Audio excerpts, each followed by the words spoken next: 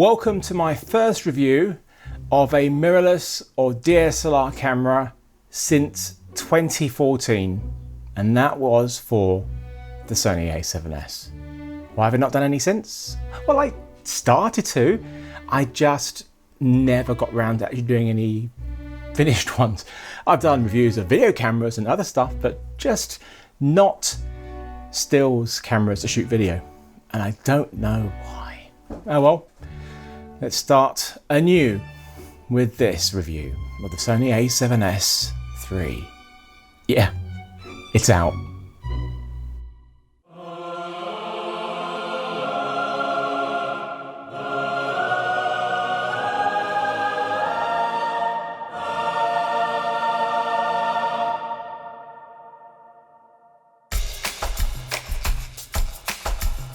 You want me to help you out now?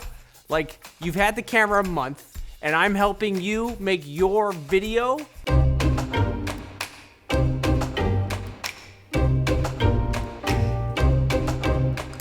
not a fashion model. I shouldn't have to be a master of mirrors. Surely this is the future of vlogging. This is how you hold the camera. I think he's in the water. Are you in the water? What am I pointing at?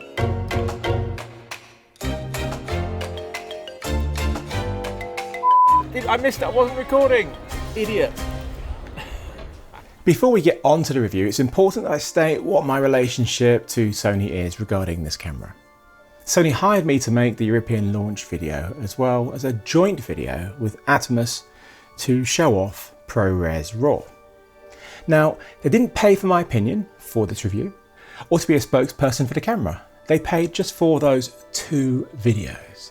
Now, I am a Sony Pro ambassador and I feel very honoured to have been asked to be one, but that's for their professional video cameras and nothing to do with their stills cameras.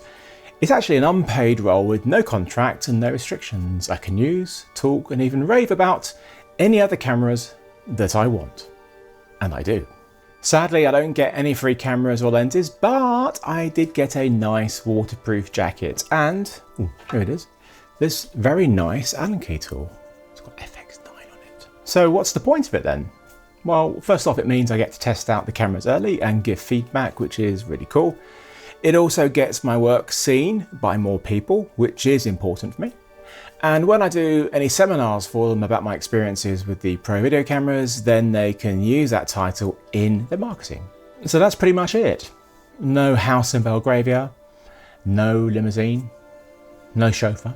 No diplomatic community. No private jet. Not even a private jet ski. I am being filmed right now on the A7S III in Autofocus. And it is going to stick to me. It won't get distracted onto anything else. Even if I set it to animal or autofocus, it won't focus onto Harriet or Lollipop or Jimmy because it doesn't do that in video. Nope. Don't ask me why. Other cameras do. The real proof that this is an unbiased review, well, you're watching it right now. Sit back and leave your cynicism to one side for now. If you have no patience and want to know what I think of the camera right now without watching the whole review, well, I love it. It's fantastic. In fact, I'm surprised that you made it this far. It was worth the wait. Although I still wish it had come out a couple of years ago, but I doubt it would be as feature rich as it is now if it had. I cover so much in this review, and there are time codes in the description if you want to jump to certain bits, but I do recommend watching the whole thing from start to finish, as a lot of the features that I touch on throughout the video, well, it's just spread out basically, rather than in like these dedicated chunks, although there will be some chunky bits. It actually does pretty much everything I'd hoped it would. And it most definitely exceeds my expectations in many ways. These are the 3 things the camera had to have to not be a disappointment to me. And this is ignoring the old A7S battery systems, as once the FZ100 batteries were introduced in the, I think it was the A7R3 first, it was clear this was their battery moving forward. I needed internal 4K 10-bit recording up to 60p with no crop in any of those frame rates. Autofocus at least as good as a Sony A7R4, and I also wanted them to sort out the problems their mirrorless cameras had when using monitors with the HDMI. The losing of tracking autofocus, no ability to have on-screen display on the monitor when in 4K, those were the biggest issues. Does that count as 3 or 4? Anyway, I asked you lot what were the key things that you wanted the most from the A7S III, and you kindly obliged. Okay, so what do I want in a Sony A7S III? It's gotta have 10-bit. What don't I want? True 4K resolution, no crop, 60 frames per second, 10-bit, 422. I would like it to take videos, have colour. 4K 60, or even 4K 120, 240, 480. 10-bit, 422 internal recording. 4K at 60 frames per second in full frame. 4K 50 no crop. 4K slow motion, so maybe 60p or even 100 if we're lucky. 10-bit internal. 422 in 60 frames per second or above. Do not care about 8K, 6K, just solid 4K. The world is ending and we still don't have 10-bit. Come on, Sony, 10-bit, that's it. I want 4K 120 with no overheating. 4K 120. I would love 4K with 120 frames per second. That would be... The rolling shutter performance needs to be improved. That's probably one of the weakest elements to Sony's current lineup, and I'd like to see that addressed. No more rolling shutter. Excellent rolling shutter performance. For the love of God, a flip screen so I don't have to use an external monitor for a 20-second video. Is that so much to ask, just so that we can have one camera to vlog with and film movies with? Sony, just give us the Flippy Screen. We need 0 other features. Just put that in there. If the A7 III had it, I could have bought that thing for a bag of chili peppers in Thailand. Why? Stop making me do things like this. I'm not a fashion model. I shouldn't have to be a master of mirrors to get a shot of myself. Put it over here. I don't care. Make it reach out beyond my hand. I don't care if it cuts my hand. You flip it, Sony. A flippy screen. I want it to have a fully articulating screen. So it can compete with its Panasonic GH3 from 2012. Longer than 30 minutes recording time, either with an artificial 30-minute limit or from overheating. That would be wonderful. Sony Venice Color Science. S Cinetone color profile. Improved color science. ND filters would be good. 15 stops. Made of electricity. Not even visible to the human eye. Good stabilisation. Improved IBIS. May I also insist that Sony remove their IBIS mechanism entirely from the camera? Unless they grabbed the IBIS mechanism out of the cold dead hands of Olympus executives. Don't even try. Don't attempt it. Just do a digital stab. Little digital crop there, 1.1. But if Sony could somehow manage to make it not look like people are throwing the camera back and forth to each other while I'm filming myself, then we're good. It's an improvement. Internal RAW recording. ProRes RAW out. Internal RAW recording. Some proprietary blend of RAW so that I can sell more color grades. Just kidding. I mean, it's kind of true. It's true. And a fan so it doesn't overheat. Bluetooth connectivity that will allow us to use wireless headphones. Dual native ISO with an base ISO less than 800 and 3200. One thing that I don't really expect to see, but I'd love for a mirrorless camera to get, is the face-only autofocus mode that we see in the Cine line. I want so many things from it, and I can't wait to find out what they are when I watch your review before anyone else's. It would be nice if instead of coming in like black anodized aluminum, it comes wrapped in denim. Bam. And you know what else I want? I want to know how you got the damn camera. They didn't give me the camera. How do you have, you've had the camera for a month. The only thing I want from the Sony A7S III is to know that it's real. To know that it cared. That it was watching from the sidelines as I grew up, cheering me on when it couldn't be there for me. It was there all along in our hearts. Roll, roll, roll. Away. So let's have a look at what we've actually got, and let's start with the sensor. The camera has a new backside illuminated, sounds a bit wrong, 12 megapixel sensor. The same resolution as previous models, but far more advanced. And one of the biggest things it brings us is a massive improvement with the rolling shutter that every Sony mirrorless camera suffers from. Now, IBIS in the A7S II helped with the micro jitters, but you still saw the problems with not even that fast panning, just moving the camera especially. Now, let me show you just how much better the A7S III is over the A7S II and the A7 III when it comes to rolling shutter artifacts.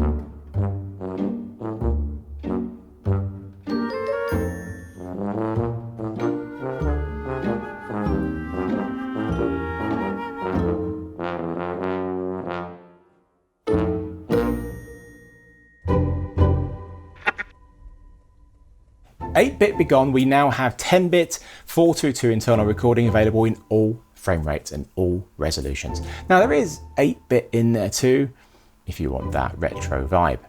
The frame rates in 4K are from 24p to 120p.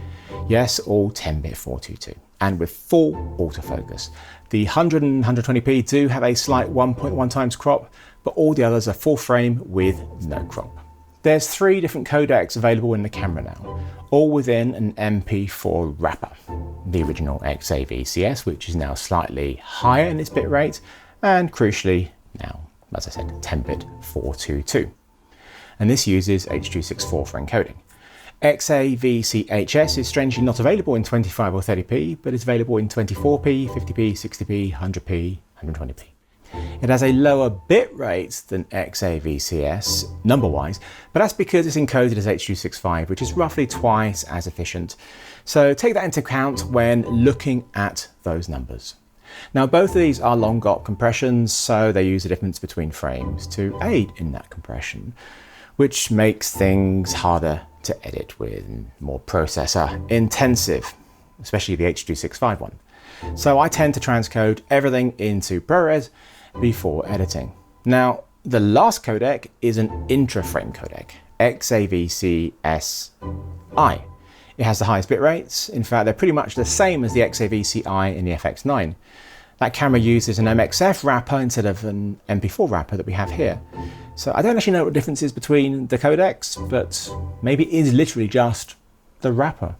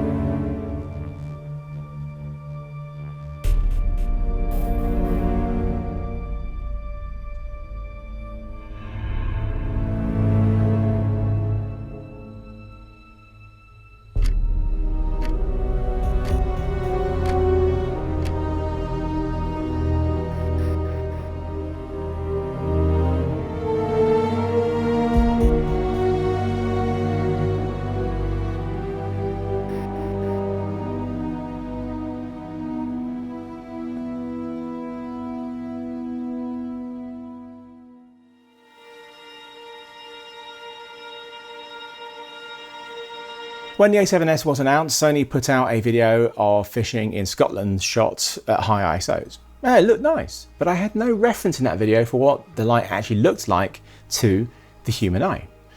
So when my own A7S arrived, I went down to Brighton Beach with James Miller and shot a video called Now I See. So the idea was to shoot what it looked like to the eye and then hard cut to what it looked like when you push up the A7S ISO to 25,600 and above. And the way that I got the darker shots was not by exposing a low ISO. It was still shot at that high ISO. I just graded it down to what the eye could see. Otherwise, I wouldn't have been able to do these perfect cuts, which were flowing. Otherwise, there would have had to been a jump, and I didn't want that at all.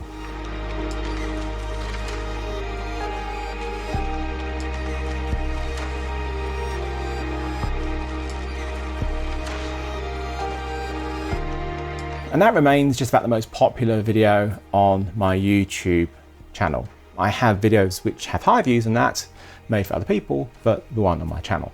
In fact, the highest I have is, let me check, 55 million views on this video. I wonder why. Ready to get kids off? Yes. Jolly good. Hope you're okay. I really hope you. Don't even see anything. It's for a family TV show.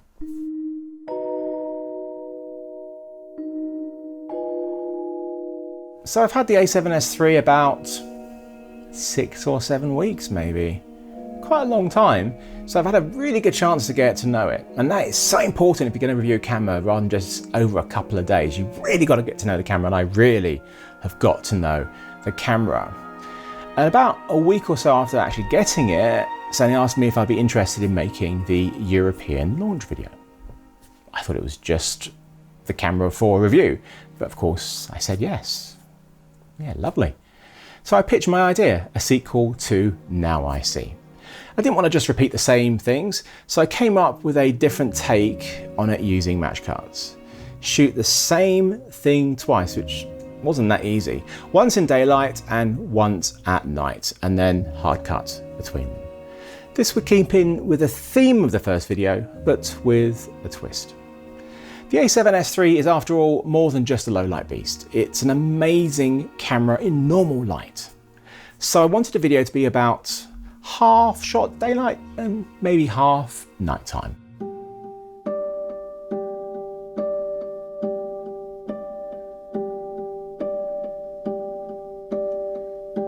So this is all the stuff I brought with. Am I going to use it? Not all of it. I mean, I'm trying to think what I used for Now I See. I think I used about 3 or 4 lenses. But of course I'm filming the review here and there's a BTS, so it's a bit fancier. And some of this stuff is going to be for Sarah. And the one thing that of course is missing from all of this is the camera that's filming me right now.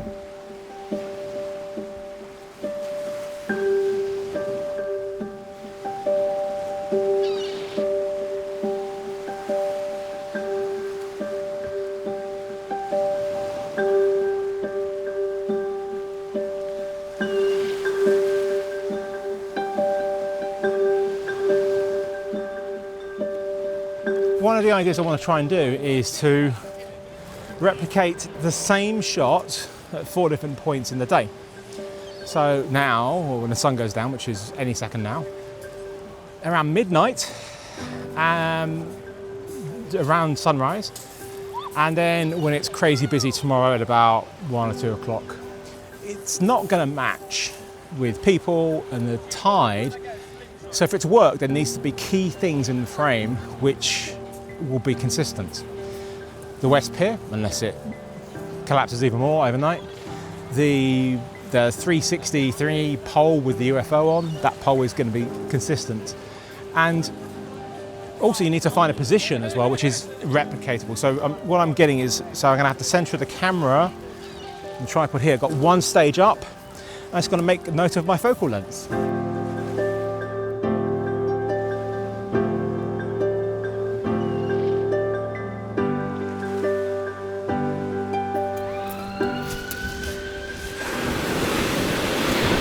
So it's 2 AM and it's been pretty quiet on the beach. I mean, it's not that warm, which isn't helping. The low light performance is very, very similar to the A7S II. It's just that you have a much better codec. Of course you do have 50p and high if you have enough light to go into it. And then there was a few moments where I was able to shoot in 50p 4K, but most of the time I was just keeping it at normal speed. I wish I could have used my 200 to 600 out here, because I would have been able to isolate the shots much better. But of course, no. So basically I need to say to make a 100 to 400 or 200 to 600 1.4 that isn't that big and doesn't weigh 60 kilograms. Maybe one day. I need the same low light performance or better that we've always had in the A7S series, preferably without the funny purple vignetting in the corners. That's been an issue for me.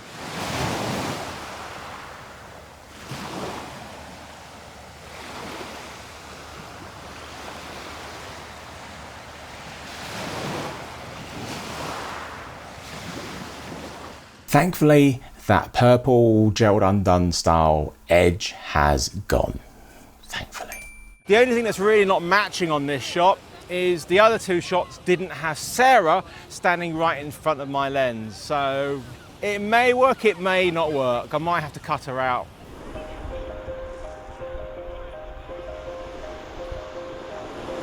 The camera has two different ways of recording slow motion. The first is by having the time base at that higher frame rate. So for example, instead of 24p, you shoot 60p or 120p. So that gives you the advantage of recording audio at the same time. Now you do have to modify it in post to turn it into slow motion, which is super easy, barely an inconvenience. The other way is using the S&Q mode, where you have your time base set to whatever your project is. So that's 24p, 25p, 30p? I mean, who does 50p or 60p? Ooh. You then set the high frame rate of your choice to what you want it to be from 50p to 120p in 4K. It will then play back at slow motion, but there's no audio. You can also set it to a lower frame rate than your time base, in fact all the way down to 1 frame a second. And you could use this for time lapse, but you are better off using the stills mode with the time lapse there, because you get much longer exposures that way. One of the worst things of filming places is sand, because it just gets in everywhere. Brighton, pebbles. If those end up in your sensor, then you've got a serious problem.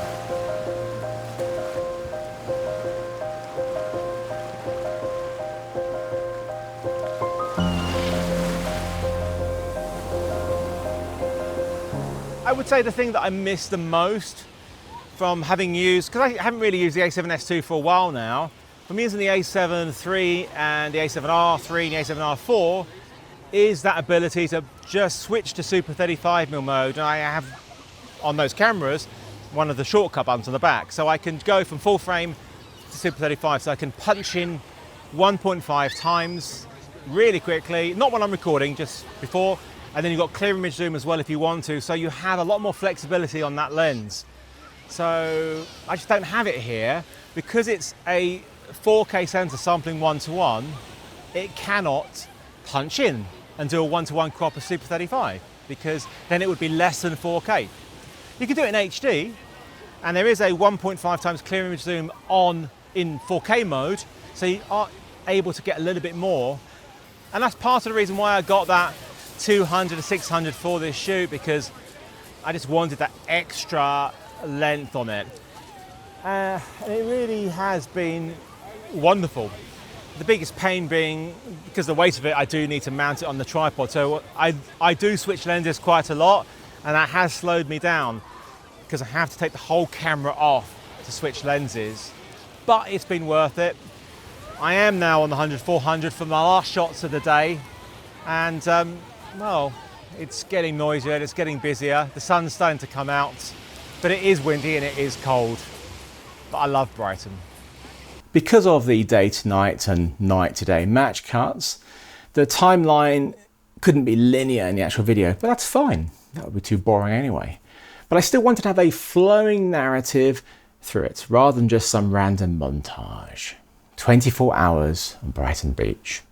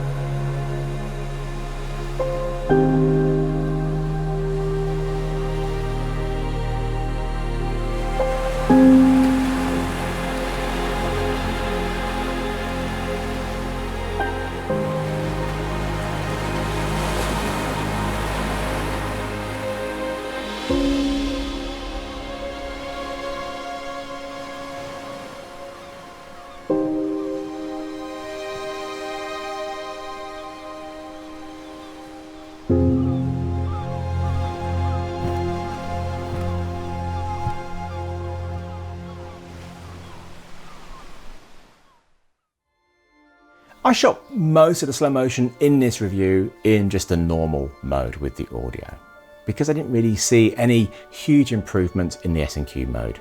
Well, I didn't, maybe you do. I do recommend heading over to my Vimeo channel to watch Now I See Part 2, as YouTube compression is, as we know, terrible, and it makes the dark scenes banned. Look, we have a 10-bit camera, but it's showing it as 8-bit and it looked awful. Vimeo encodes at 10 bits, and the link for that is in the description. One of my favourite new features is you can finally switch between NTSC and PAL modes and use the same card. Previous Sony stills cameras wouldn't let you do this. They brought up this option saying you needed to format the card if you wanted to switch modes, which is incredibly dangerous. The only small caveat is it will only play back clips which are in that NTSC or PAL mode, whichever one you're in. It will show the thumbnails though, so you can see there actually are clips in there. So this is a long overdue feature and really welcome. The only mode that absolutely has to be set to S&Q for is HD 200 and 240p. You can't record it any other way. Now 100 and 120p in HD, they can be recorded using either method. Now HD 200 and 240p also need the new CF Express A cards. They can't write to the SD cards.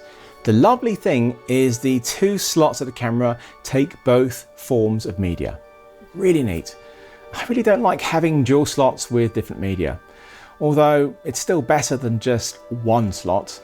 We can record in 1080p proxies, and I think actually 10 bits as well, but we can record to both slots at the same time, simultaneous recording, so we have our redundant backups, just in case one card fails. Hopefully it will never happen. It's happened to me once, and that's one time too many. Of course, this only works if both cards that you're using are of the necessary speed for the mode you're using. It will tell you if it's too slow. So is the 200 and 240p any good? Well, it's much softer for sure. You can sharpen it up a bit. It is usable. It is definitely usable.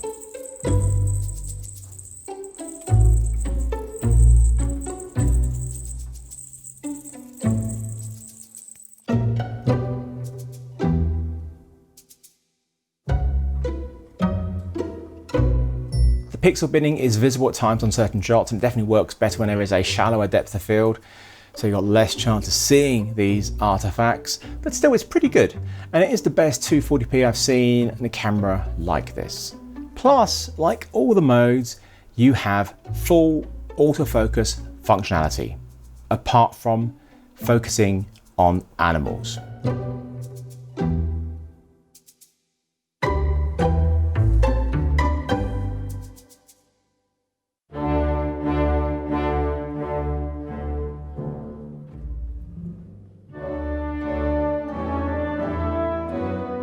So with all these new recording modes, what's it like to switch between them? Well, thankfully we've got a new menu system, totally redesigned, and it works really well. It's intuitive and clear. Yes, a Sony menu that's intuitive and clear. Most things seem to be in the logical place. If you have sausage fingers, don't worry, as it is super easy to navigate in the traditional way. Now, talking of touchscreen, whilst the menu itself is touchscreen, when you go to live view, you cannot open up separate settings by touching them. Now, other cameras like ones from Canon and Blackmagic are great for this. You press ISO and your ISO option comes up. You see the shutter speed on your display and you press that and you can change it.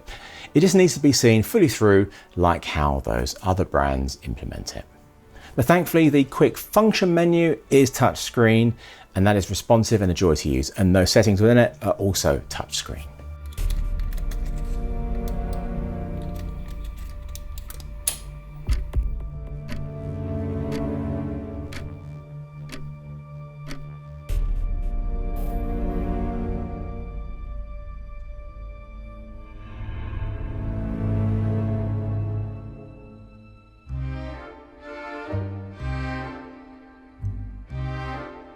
One thing I really don't like is there's no way to turn off noise reduction in camera when shooting video.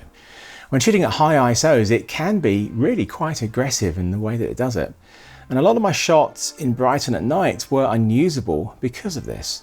Now, it didn't help that it was darker when we were filming there than when I filmed in 2014 for the original Now I See.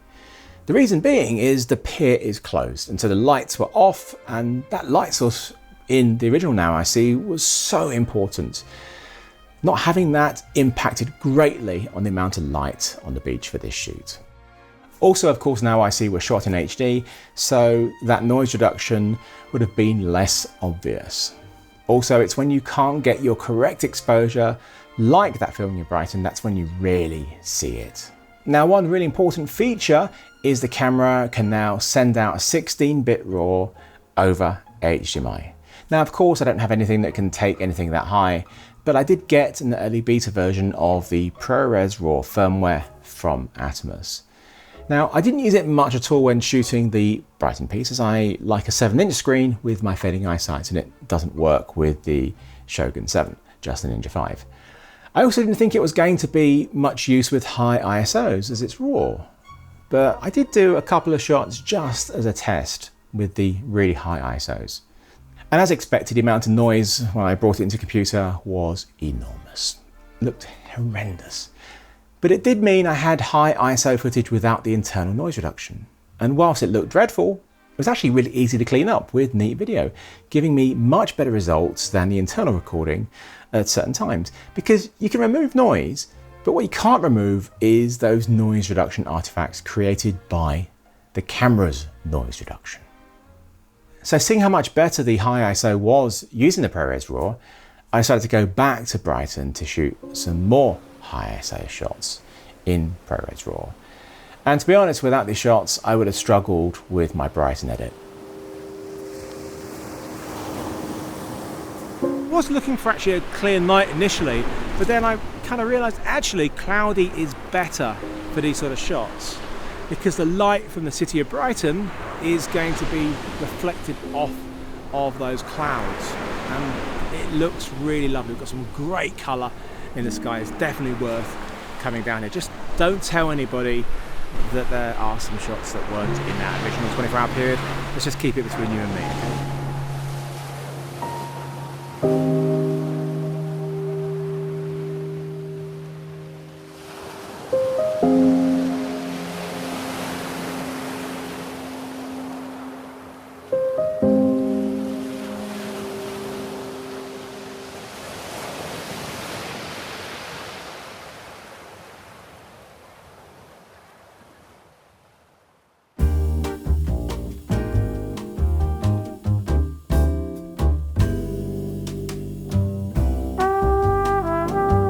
So let's have a look at the body and see what differences we have.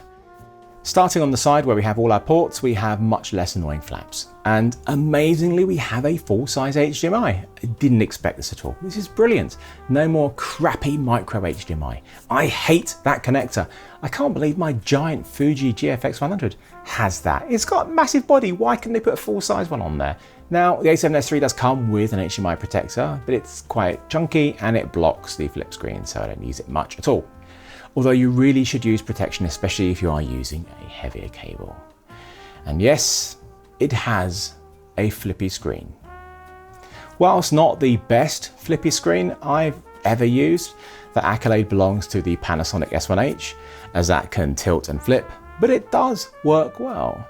And they've positioned the mic input above the hinge so you can leave that plugged in and it won't get in the way when you're moving the screen around, which it does with most flip out screens. Of course, if you put in headphones and stuff, then those are going to get in the way. Now, I use the SmallRig A7R 4 cage, and it seems to fit fine. It doesn't seem to obscure the flip out screen much at all. Plus, I can use a different cable clamp to protect the HDMI, and I put it up out of the way. Now, I like flippy screens, but I do miss a simple tilt at times, but it is nice to be able to flip it right round to protect it when you're not using it. What I really don't like though is the way that it auto mirrors and flips. It's just the same as all the other flippy screens on other cameras, but I hate it. I don't know why they do this. There needs to be a manual override for this, just like my video cameras have. It goes without saying, actually no, it doesn't go without saying, but we do have a headphone jack, thankfully. There are two USBs on the camera, Type-C and micro. Charging can only be done via the Type-C. The micro can be used for things like remote triggering for time-lapse, that sort of thing. On the top, we have some new buttons and changes on the dials. The best one is M mode is now right next to movie mode, so you can easily switch between them. Before it was on the other side. So much better. The record button is on the top of the camera rather than at the back by the EVF, which is where recent A7 models have it. There's lots of customizable buttons and I've used them all for what I need, and they can be set independently for stills and video. On the top of the camera, we have the wonderful MI shoe. This can be used as just a simple cold shoe for putting on any attachments that you want, and of course for Sony's MI shoe accessories. The ones that I have are the UWPD wireless lav set with the SMAD MI shoe adapter, catchy name.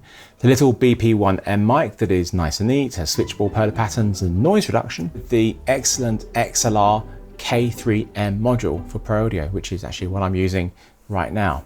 This gives us lovely audio pots on the side for you to control your levels.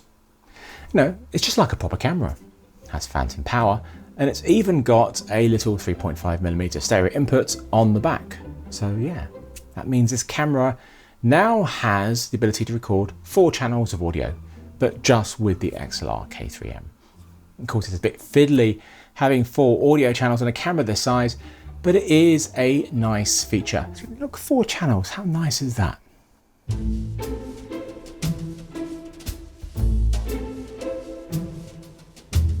I love IBIS, and when it first came out in a Sony camera in the A7 II, I got it just for that. I'm a huge fan of it because when you're shooting handheld without an image stabilized lens, it gets rid of those micro jitters. So it's not perfect though, and it was never really brilliant for movement, especially for walking, and sometimes the panning, it wasn't ideal. So is the A7S III one any better? It is better, especially when you use the active mode. Now, this isn't electronic like the active mode in the ZV-1. What it does is crop the sensor by about 10%. So it's a 1.1 times crop, so it has more to work with. And that's kind of the difference between the IBIS on the Sony and on other cameras, because of the size of the opening, the lens mount, the E-mount, it doesn't have as much to play with as some of the other cameras. One thing to note, that the active mode doesn't work if you're shooting in 100p, 120p, whether it's S&Q mode or just the normal mode. So this active mode is definitely better for handheld shots. But what about walking?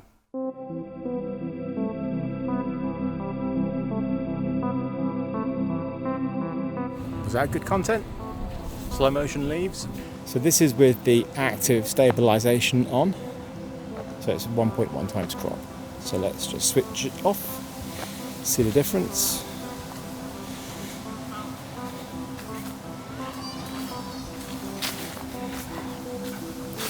You see a difference? Apart from the crop. Let's go back in.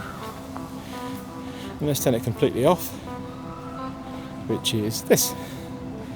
Completely off. Completely off. And with active on. Just so you know, I absolutely hate doing this out in public. I don't vlog. I'm doing this just so people who do can see what it's like. I mean, look, it's busy. Why would I come here when it's busy? It's just so stupid. Anyway, this is my favourite lens, keeps it nice and light, 20mm, Sony f1.8. Active stabilisation, so it's giving us basically 22mm with that 1.1 times crop. I like it. Do you like it? Here we go, the Voigtlander 10mm.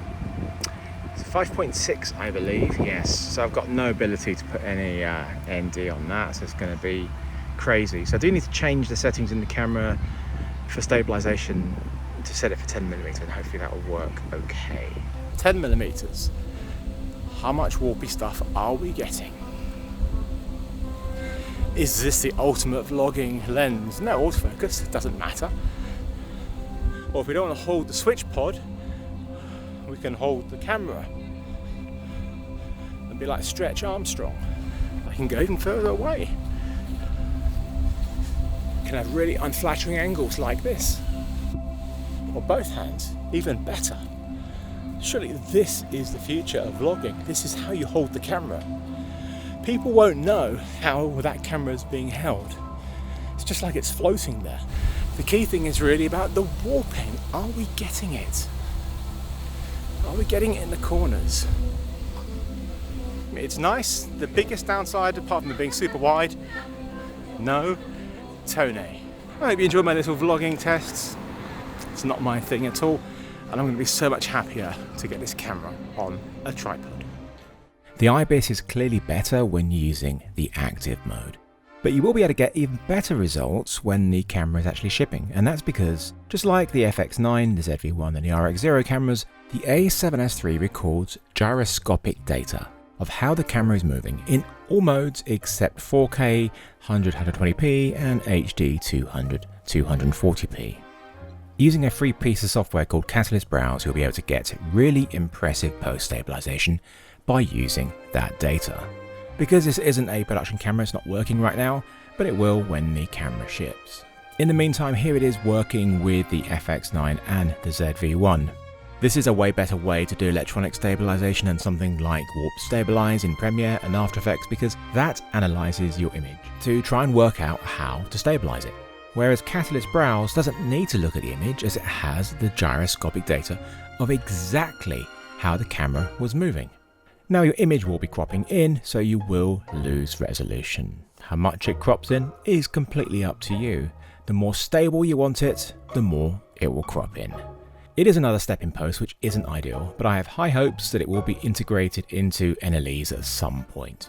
A number of cameras do have added electronic stabilization in camera, and they can work pretty well, but you are baking that into the image, so if you do get any weird warping, there's nothing you can do in post. Yes, there is no record time limit anymore, 29 minutes and 59 seconds. So you can record continuously and even hot swap your SD cards. But what about overheating?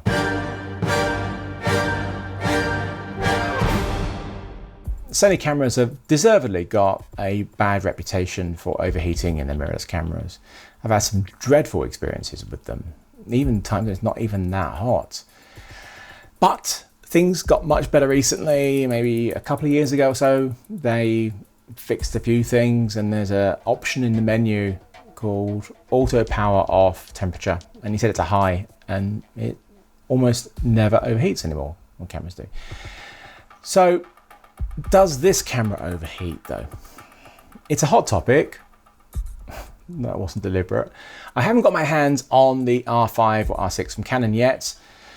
I really do hope to soon, because I've been waiting for a full frame Canon mirrorless camera for years without a crop in 4K. Everybody knows of the reports of the overheating. Look, I have not shot with one, so I can't comment on it properly because of that. But it didn't stop me testing the A7S III to see if and when it did overheat. And it became a bit of an obsession. It took a number of days.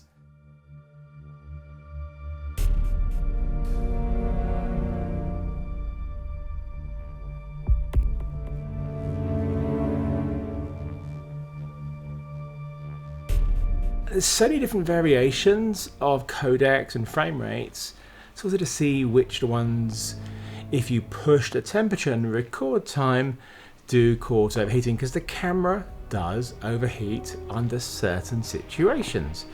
At this point, I've had this camera for weeks and weeks now.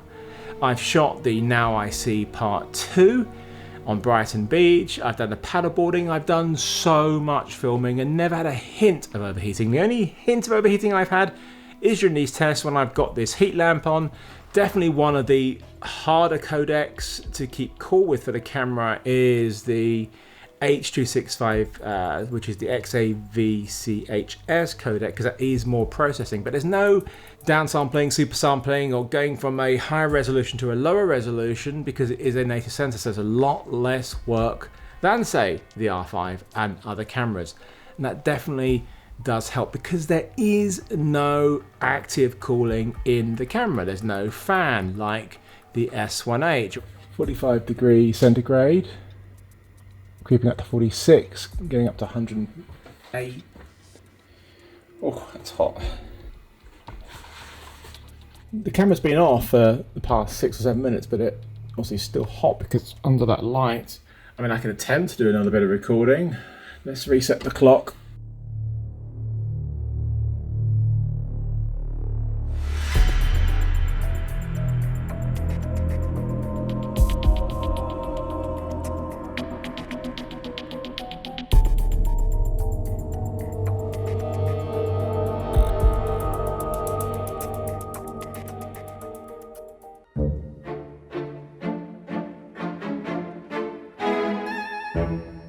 The world is changed.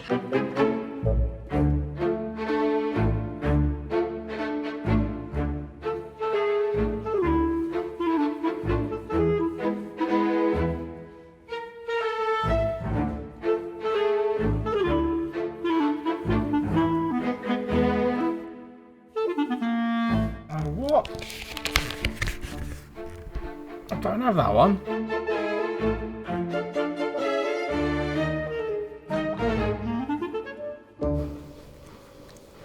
Well, I don't have time for a shower. Not with all these tests, so it's going to have to do.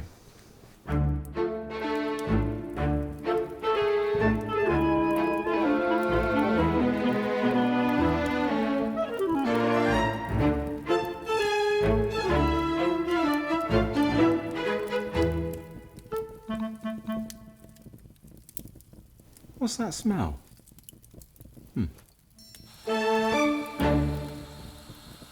That is it. No more overheating tests. No more. No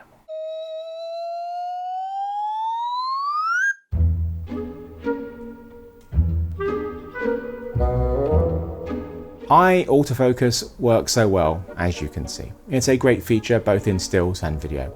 And it is really accurate, and I'm always surprised at how far away it can pick up an eye. If it can't see an eye, it will put a box around the face first, and then we'll go to the eye. Now, it doesn't have the really impressive feature that the Canon R5 and R6 has that recognizes the back of a head as a face, which is brilliant. I don't think I've mentioned it yet, but the animal eye autofocus mode still only works in stills, not video. Doesn't see Harrier as important enough to get in focus. This is frankly rubbish. From what I've seen, the animal eye autofocus in the new Canon cameras is just incredible. It's so impressive. It tracks the body, head and eyes of just about every animal out there. And it irks me so much as Sony haven't implemented this yet. So much so that I've started a change .org petition. Please sign it, let's make it happen. And if Sony needs some help in seeing what is needed here, here is a very high budget previs of animal eye autofocus working in video on a Sony camera.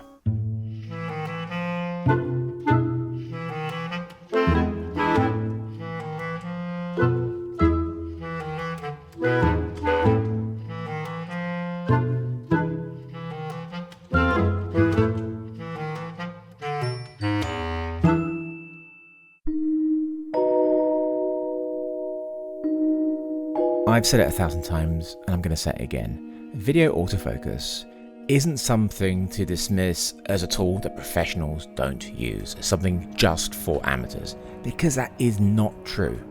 I've been using it on paid jobs since the Canon 1DX Mark II back in 2016, because anything that can help you film and make getting that shot possible, and of course accurately in focus, should be embraced. Autofocus can't just be good, it has to be great. It needs to be reliable and something you can trust, and I trust the autofocus on the A7S III. Apart from when filming interviews, when face and eye tracking comes into play, the mode I use the most is by far the touch tracking mode. This is how I shot 99% of the Now I See Part 2 video. It's just so easy to use. You simply press what you want to track on the LCD screen and it locks on. It's incredibly reliable, incredibly easy, and incredibly fast to get what you want to shoot to be perfectly in focus. Your settings do really come into play here though. Those sensitivity and speed settings are something that really should be quickly accessible in your function menu. I'm always changing them depending on what the shot is. Autofocus isn't something you just turn on and it does it all for you.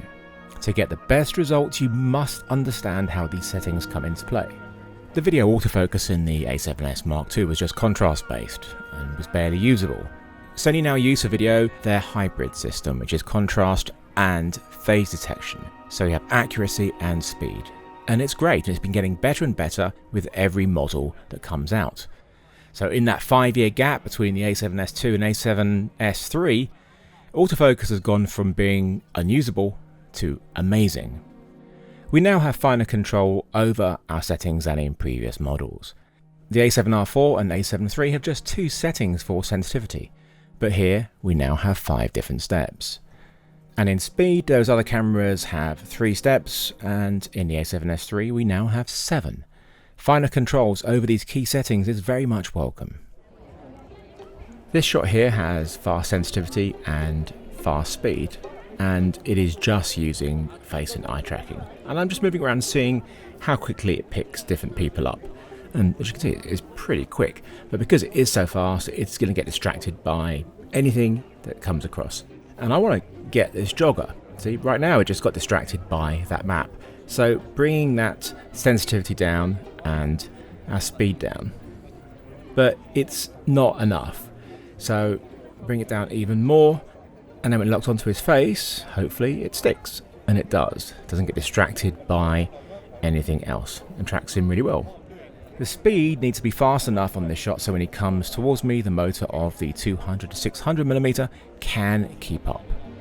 Different lenses have different focus speeds, so you just need to understand that and compensate in the settings. It's all about practice and experience, knowing your lenses and knowing how to use their settings for each shot. That's why I strongly advise having those settings quickly accessible on the function menu. No camera is perfect, and for me the biggest negative is the fact that you do have an external monitor plugged in. I've got the Ninja 5 right now, and you generally would use that for recording ProRes RAW or a clean output anyway. But if you're using it as a straight monitor and you just want to see the display of all your settings and everything, then, or any monitor, then your rear screen will turn off. And you no longer have the ability to do the touch screen tracking, selecting what you want to be in focus. Sony have to fix this. They've given us an incredibly good touch tracking feature that doesn't work when you've got the on-screen display on the monitor. It's madness. Please fix it.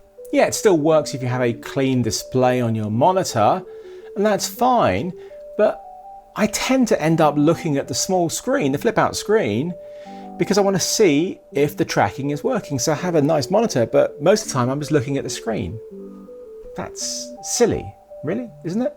Away from using monitors, if you are just shooting handheld, you can still use touch focus. In the settings, you've got to enable touchpad. And then when you're shooting, you can drag your thumb or any other digit of choice across the screen, because that brings up a cursor for you to select what you want to track. And it works very well. What's really nice is that you can set the area of that screen to just be what you want, just like a portion of it, rather than the whole thing. So I actually have it set to the bottom quarter. And this is actually a really important thing, because if it is just the whole screen, it's a pain, because your nose is constantly engaging the touch tracking when you don't want it to. Well, it depends how big your nose is. But you can only do this via the touchscreen. There is no way of selecting a subject to track with the joystick. I think it's actually quite important for them to add that. Of course, I do still use manual focus. It's just a lot of the Sony lenses have not very good manual focusability because they use focus by wire, and that really isn't much fun. The camera I'm using right now isn't production firmware. I'm not sure if it's a production body. It's certainly not production firmware, so I don't know if this is going to be the case in the production version. But when you are shooting manual focus and you have a monitor plugged in for a clean output, you can only punch in for focus check, on the actual camera before you hit record. When you're recording, it doesn't work, which is frankly rubbish too. This needs to be addressed urgently because it is an incredibly important feature. It's much easier to press the punch in on the camera, I have mine set to the center button on the dial, than doing it on a monitor, because you're moving the monitor much more than just pressing a little button.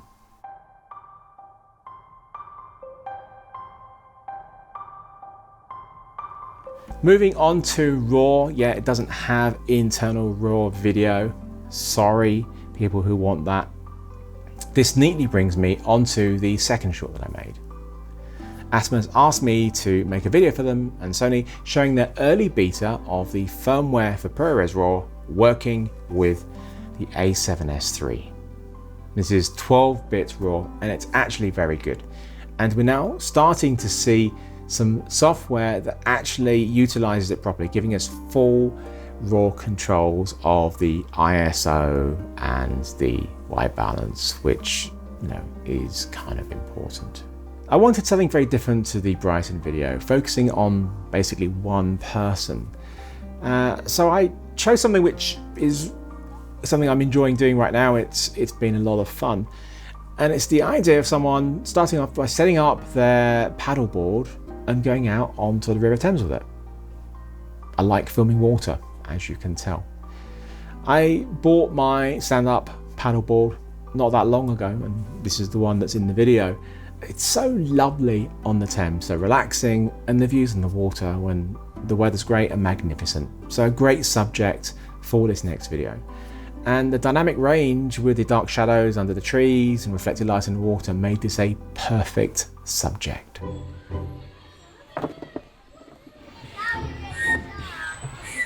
Oh yeah, look at those muscles going, look at that. And go. Okay, so just head towards us, okay? Yeah, it's good from there, it's beautiful. You want me to paddle away from you and go around the bend? Where are you? Where are you? I'm exactly where you left me. So can you see the bridge? Yes, I can. I can see the two arches closest to Richmond side. You'll see us. I'm the guy with the tripod and camera. I think he's over. I think he's in the water. Are you in the water? All right, that's him locked on. Let me get a tight shot first. It's so nice. picking up the face now, which is good.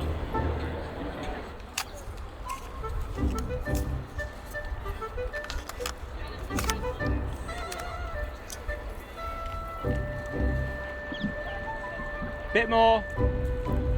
That's good. I'm not rolling. I missed it. I wasn't recording. Idiot. Come back. Come back now, please. Yeah, I want to get a good close start.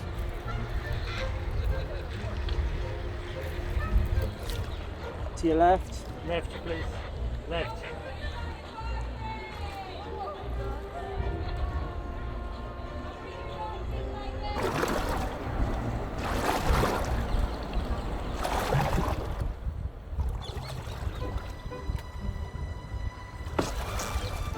How much more do you need?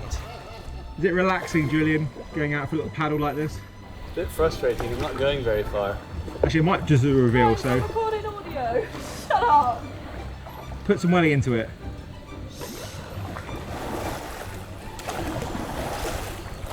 A bit slower and a bit deeper. Nice long strokes.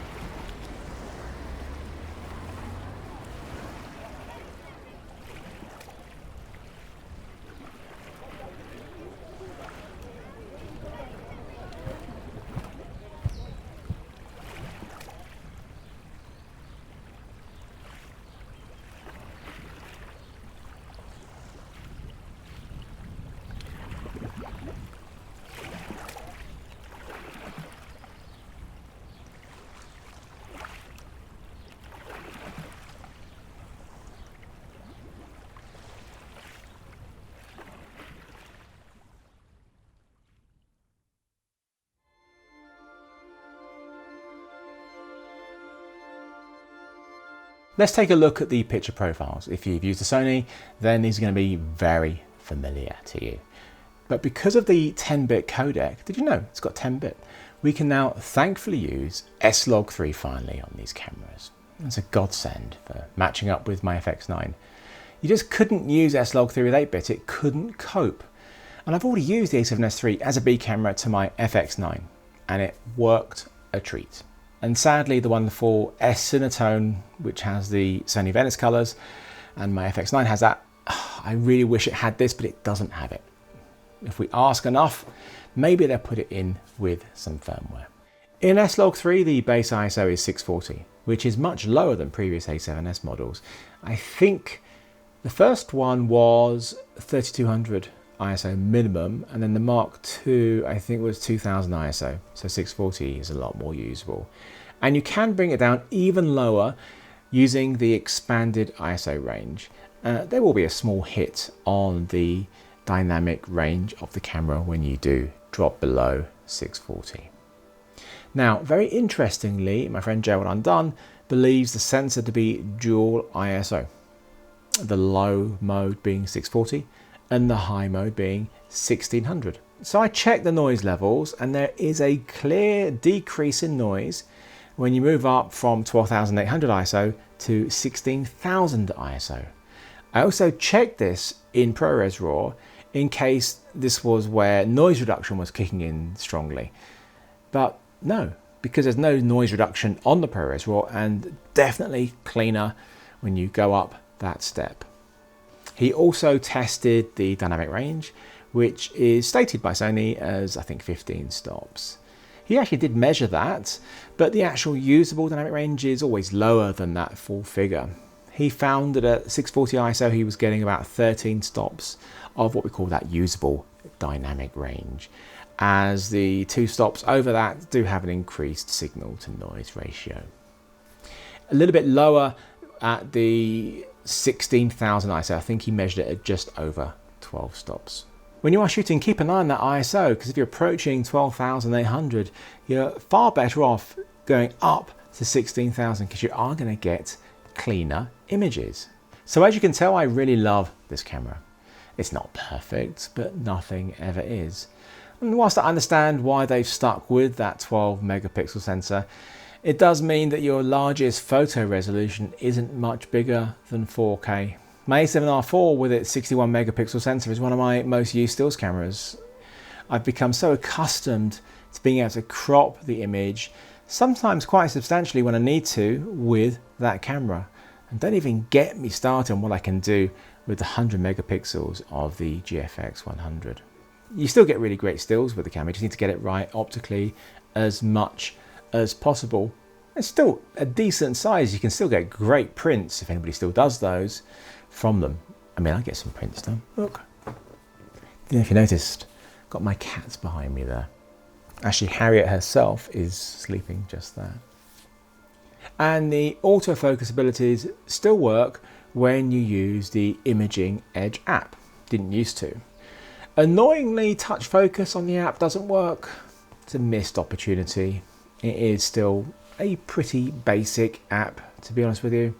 Sony do really need to look at the Zcam app to see how a proper camera control app should be done, because that one is simply brilliant. I do need to talk about the price. I tend to avoid talking about specifics like that in reviews, as it becomes very dated very quickly. And the price varies so much region by region. I mean, the launch price is more than I expected it to be totally honest. I think it's maybe a little bit too high for a mirrorless camera, but then if you look at what it actually does and forget that it is a mirrorless camera and look at it as a video camera, then it's actually not so bad. Finally, we come to the end of my rather long review. I really would never ever recommend buying anything based on one review. So if you think this has been a biased review, then that's fine. There's obviously at least another 20 to 30,000 reviews of this camera on YouTube. So probably best to just watch them all and then see. In fact, the best thing to do is try and get your hands on the camera and try it out, because that's always the best way to see if the camera's right for you.